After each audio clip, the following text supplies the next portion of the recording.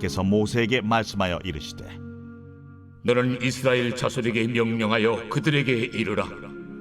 너희가 가나안 땅에 들어가는 때에 그 땅은 너희의 기업이 되리니 곧 가나안 사방 지경이라.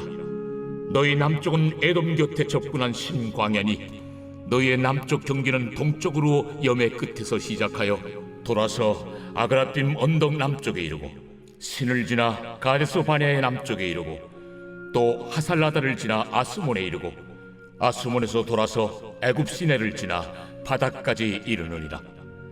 서쪽 경계는 대해가 경계가 되나니 이는 너희의 서쪽 경계니라. 북쪽 경계는 이러하니 대에서부터 호르산까지 그어라. 호르산에서 그어 하맛 어귀에 이르러 시닷에 이르고 그 경계가 또 시브론을 지나 하살에난에 이르나니 이는 너희의 북쪽 경계니라. 너희의 동쪽 경계는 하살에난에서 그어 스밤에 이르고 그 경계가 또 스밤에서 리블라로 내려가서 아인 동쪽에 이르고 또 내려가서 긴네렛 동쪽 해변에 이르고 그 경계가 또 요단으로 내려가서 염해에 이르나니 너희 땅의 사방 경계가 이러하니라. 모세가 이스라엘 자손에게 명령하여 이르되 이는 너희가 제비 뽑아 받을 땅이라. 여호와께서 이것을 9지파 반쪽에게 주라고 명령하셨나니 이는 루벤 자손의 지파와 갓 자손의 지파가 함께 그들의 조상의 가문에 따라 그들의 기업을 받을 것이며 므낫세의 반쪽도 기업을 받았음이니라. 이 두 지파와 그 반지파는 여리고 맞은편 요단 건너편 곧 해돋는 쪽에서 그들의 기업을 받으리라.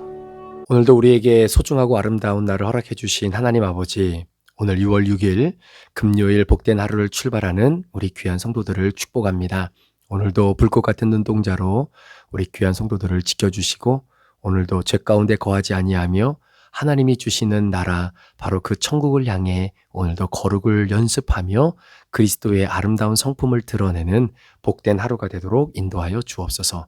감사를 드리며 예수 그리스도의 귀하신 이름으로 축복하며 기도합니다. 아멘.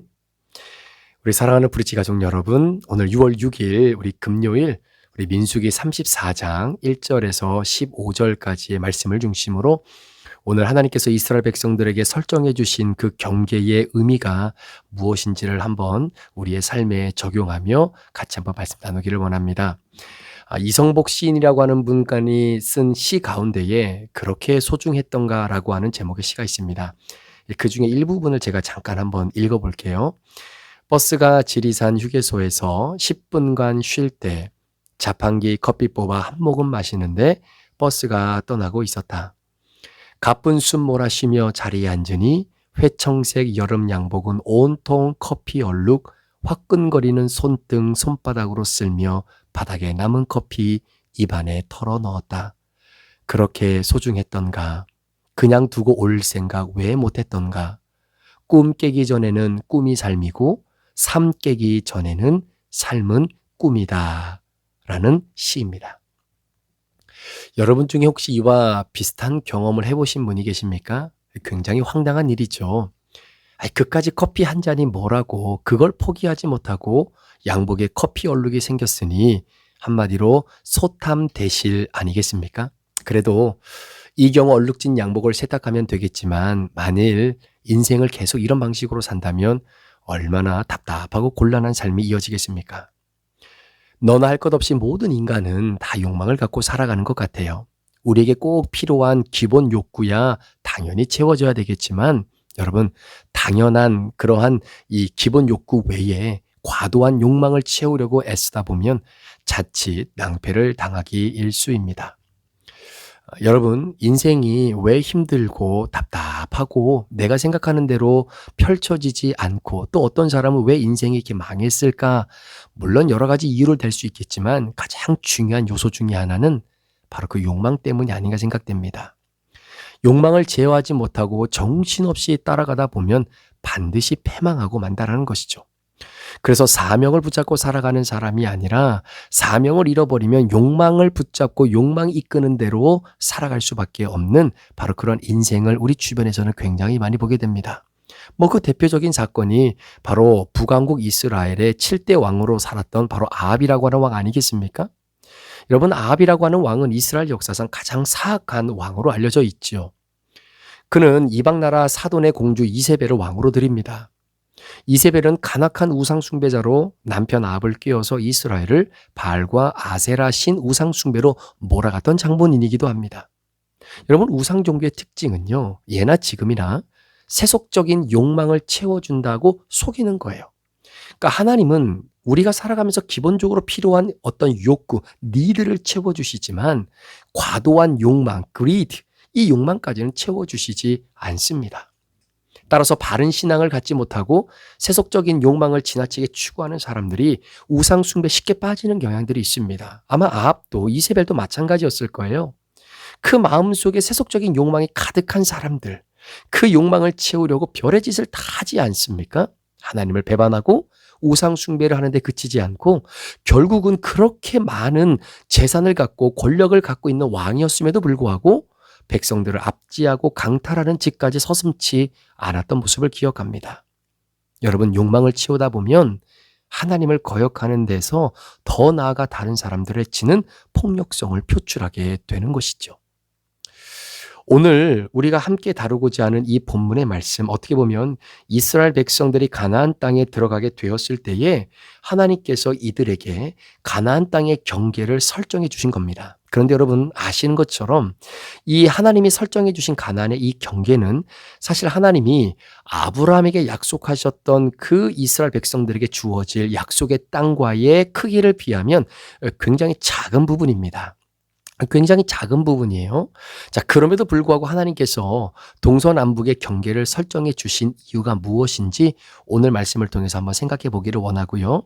또 한 가지는 나중에 또 말씀을 드리겠지만 비록 오늘 민수기 34장에 기록되어 있는 이 가나안 땅의 경계는 하나님이 약속하신 약속의 땅, 아브라함에게 약속하신 그 땅의 크기만큼은 아니지만 나중에 다윗과 솔로몬의 시대가 되었을 때에 비로소 하나님께서 횃불 언약이라고 하죠. 아브라함에게 약속하시고 또한 체결하셨던 그 언약의 말씀을 철저하게 이루어주고 그리고 가나안 땅의 경계가 아브라함에게 약속하셨던 그때의 지경과 마찬가지로 하나님께서 그 땅을 허락해 주신 것을 보게 됩니다. 자, 그러니까 여호수아 때까지는 아직은 그 가나안 땅에 들어가긴 했지만 가나안 땅 전체를 다 섭렵하지는 못하죠. 그러나 솔로몬 시대, 다윗 시대에 가서야 비로소 그 땅을 완전히 차지하게 되는 것을 보게 됩니다. 사랑하는 여러분, 오늘 하나님께서 이스라엘 백성들에게 가나안 땅에 들어가서 그 땅이 너희의 기업이 되게 하라라고 말씀하시면서 그 땅에 대한 경계를 어떠한 기준선을 하나님이 설정해 준 것을 보게 됩니다. 여러분, 우리가 살아가면서 아무리 씻어내려고 해도 씻어지지 않는 이 욕망을 제어할 수 있는 힘이 과연 우리에게 있을까요? 저는 그렇게 생각합니다. 여러분, 이 욕망을 제어하는 것이 진짜 자유라는 거예요. 많은 사람들은 자유라고 하면 내가 원하는 건, 내가 하고 싶은 건 내 마음대로. 여러분, 이거는 욕망을 따라가는 겁니다. 제가 예전에 신대원에 다닐 때에 설교학을 가르쳐 주셨던 교수님이 계셨어요. 그 교수님께서 이제 저희들에게 설교에 대한 부분을 이렇게 소개해 주시고 또 설명해 주시고 강의해 주실 때에 본인의 설교를 가지고 와서 이제 그거를 크리틱하면서 함께 연구하고 또 공부했던 때가 있었습니다. 그때 지금도 기억나는데요. 그때에 교수님이 가지고 오셨던 그 설교의 제목이 뭐냐면 갇혀서 누리는 자유라는 것이었어요. 여러분, 자유는 갇혀 있는 게 아니잖아요. 그런데 갇혀 있을 때 진짜 자유를 누릴 수 있다라고 하는 그런 맥락의 말씀이었습니다. 저는 그것이 욕망을 제어하는 것이 진짜 자유다, 이렇게 한번 생각을 좀 해보게 됐는데요. 여러분, 하나님이 이스라엘 백성에게 가나안의 경계를 정해주신 일은요, 단순한 영토의 분할을 넘어서 삶의 지침을 제시하는 깊은 의미를 담고 있다라고 생각합니다. 우리가 삶의 기준을 세우고 또 하나님의 뜻 안에서 조화롭게 삶을 살아가야 하는 것을 하나님이 가르쳐 주시는 거예요. 오늘날 저와 여러분의 마음속에 이 욕망을 극대화하는 문화 속에서 살아가는 우리 한 사람 한 사람의 인생 가운데에 하나님이 정해주신 땅의 경계는 어떤 교훈을 우리에게 허락해 주시고 또 우리의 삶에 어떻게 적용할 수 있을까 한번 생각해 보기를 원합니다. 사랑하는 여러분, 기준이 설정되어 있다라고 하는 것은 우리 안의 욕망을 다스리는 중요한 지혜입니다. 인간이라고 하는 존재 자체는 본디 더 많은 것을 갈망하고 더 높은 곳을 향하려고 하는 마음을 품고 있습니다. 하지만 하나님은 우리에게 필요한 모든 것을 아시고 그에 맞는 것을 허락해 주시는 거예요. 따라서 우리는 하나님이 허락하신 울타리 안에서 참된 만족을 누리지 않으면 끊임없이 욕망에 끌려다니는 인생이 될 수밖에 없는 겁니다. 자, 오늘 본문은 모세를 통해서 하나님이 가나안 땅의 경계를 명확히 설정하신 이야기를 담고 있는데요. 자, 동서남북의 경계선을 구체적으로 제시하고 그리고 각 지파에게 분배될 땅을 상세히 명시하게 된 그 이유가 뭐냐면 바로 이들의 욕망에게 더 이상 이스라엘 백성들이 끌려다니면서 더 많은 땅을 차지하려고 다투고 싸우려고 하는 것을 방지하시려고 하는 하나님의 깊은 배려가 그 안에 담겨져 있는 겁니다. 하나님은 우리 각자에게 필요한 만큼 채워주시고 또 그 안에서 만족하며 살아가도록 인도하십니다. 만약 우리 삶에 이러한 기준이 없다면 어떻게 될까요? 여러분, 인간의 욕심은 끝없이 자라납니다. 여러분, 아담과 하와가 자신에게 주어진 한계를 넘어섰을 때 결국 그 사람들은 죄악의 나락으로 떨어졌잖아요. 우리 또한 만족하지 못하고 더 많은 것을 탐한다면 결국 혼란과 죄악에 휩싸일 수밖에 없는 겁니다. 오늘날 물질적인 욕망, 명예와 권력에 대한 갈망, 성공에 대한 집착이 너무나 넘쳐나는 시대 아닙니까? 이러한 유혹들은 끊임없이 우리의 욕망을 자극하고 하나님의 기준을 흐리게 만듭니다. 하지만 하나님이 주신 것에 대해서 만족하고 비로소 진정한 평안과 기쁨을 누릴 수 있다라고 한다면 여러분, 하나님이 주시는 우리의 삶의 현장에 욕망이라고 하는 것이 자리 잡지 못하도록 우리의 삶을 단돌이 치는 것이 그 안에서 진정한 자유를 누릴 수 있는 것이죠. 여러분, 가나안의 경계는요, 이스라엘 백성에게 복의 울타리와 같은 겁니다. 자, 그 안에서 그들은 보호를 받고 자유를 누리는 거예요. 하나님의 인도와 풍성하신 공급하심을 그들은 늘 경험하게 됩니다. 그러니까 어떻게 보면 지리적으로 동서남북을 하나님이 경계를 지어주셨는데 그 말의 의미는 영적으로 생각해 보면 이 경계 안에서 살아가는 너희를 내가 책임지겠다라고 하는 하나님의 테두리 안에 있다라는 것을 의미하는 것이 아니겠습니까? 하나님이 정하신 기준은 우리를 힘들게 하고 우리를 숨막히게 하고 제약하는 것이 아니라 오히려 우리를 보호하고 진정한 자유를 누리게 하는 신성한 울타리다라는 거예요. 하나님이 우리에게 정해주신 삶의 기준 안에서 우리는 참된 자유를 얻게 되는 것입니다. 여러분, 하나님이 이스라엘 자손에게 주신 십계명을 떠올려 보면 여러분 쉽게 이해할 수 있을 겁니다. 여러분, 십계명은요 어떠십니까? 이것 하지 마라, 저것 하지 마라, 이렇게 하면 안 된다, 저렇게 하면 안 된다. 어떻게 보면 이스라엘 백성들의 자유를 속박하는 것처럼 보이지만 아니죠. 그 십계명이라고 하는 계명, 그 율법 안에서 서로를 보호하고 풍요로운 삶을 영위하도록 이끄시는 하나님의 배려야 지혜의 말씀이 그대로 담겨져 있는 겁니다. 따라서 결국 기준은 하나님의 깊은 사랑의 표현이에요. 사람들은 욕망을 충족해야만 기쁨을 얻을 수 있다고 생각합니다. 하지만 여러분, 요셉이라고 하는 사람의 삶은 어떻게 보면 우리가 가지고 있는 그 생각을 완전히 깨트리는 것 아니겠습니까? 하지만 그는 보디발의 아내로부터 받은 유혹을 단호히 거절합니다. 하나님 앞에서 죄를 짓지 않기 위해 욕망을 다스리는 길을 선택하는 거예요. 이러한 선택과 결단은 결국 진정으로 하나님이 사랑하시는 사람이고 요셉이 하나님을 섬기는 사람이라는 것을 증명하는 겁니다. 따라서 여러분, 정말로 우리가 주어져 있는 이 욕망, 우리의 삶의 현장에서 정말로 우리를 넘어뜨리게 하는 이 욕망을 제어하는 것이 어떻게 보면 내가 하나님을 섬기는 진정한 자유자임을 고백하는 것 아닐까라는 생각이 드는 거예요. 결국 하나님은 이러한 선택과 결단을 통해서 요셉을 애굽의 총리로 높이셨습니다. 자, 그런데 여러분, 다윗을 한번 보십시오. 다윗은 밧세바를 향한 욕망을 억제하지 못해 집안 전체가 비극으로 물드는 참혹한 결과를 맞이하게 됩니다. 하나님이 주신 것에 대해 감사하며 만족하는 법을 배우며 살아가는 것이 바로 이스라엘 백성들이 40년의 광야 생활을 걸어왔으면서 느끼고 경험하고 배웠던 모습이고 그것을 그대로 가나안 땅에 들어가서 살아가도록 하나님이 요구하시는 겁니다. 우리 안의 욕망이 하나님의 뜻보다 앞서지 않도록 늘 기도하는 저와 여러분들이 되었으면 좋겠습니다. 하나라도 더 갖고 하나라도 더 누리고 하나라도 더 내 것으로 챙기고자 하는 그 욕망에 억눌려 살아가는 인생이 아니라 하나님께서 설정해 주신 우리의 삶의 테두리, 사랑하는 여러분, 그렇습니다. 가정이라고 하는 테두리도, 부부 사이라고 하는 이 테두리도, 부부라고 하는 이름에 주신 이 테두리, 그 테두리 안에서 남편은 아내를, 아내는 남편을 잘 섬기고 서로 아름답게 사랑을 만들어 가야 되는 것이죠. 그러나 오늘날 많은 가정들이 깨지고 무너지고 힘들어하는 이유가 뭐냐면 바로 부부라고 하는 이름으로 하나님이 설정해 주신 그 아름다운 경계가 결국 무너지기 때문입니다. 그 경계를 넘어서서 다른 사람과 사랑을 꽃피우기를 원했던 그 정욕의 마음, 그 음란의 마음, 탐욕의 마음, 이 욕망을 제어하지 못함으로 인하여 진정한 자유가 완전히 박탈되어지게 되는 것을 보게 되는 것이지요.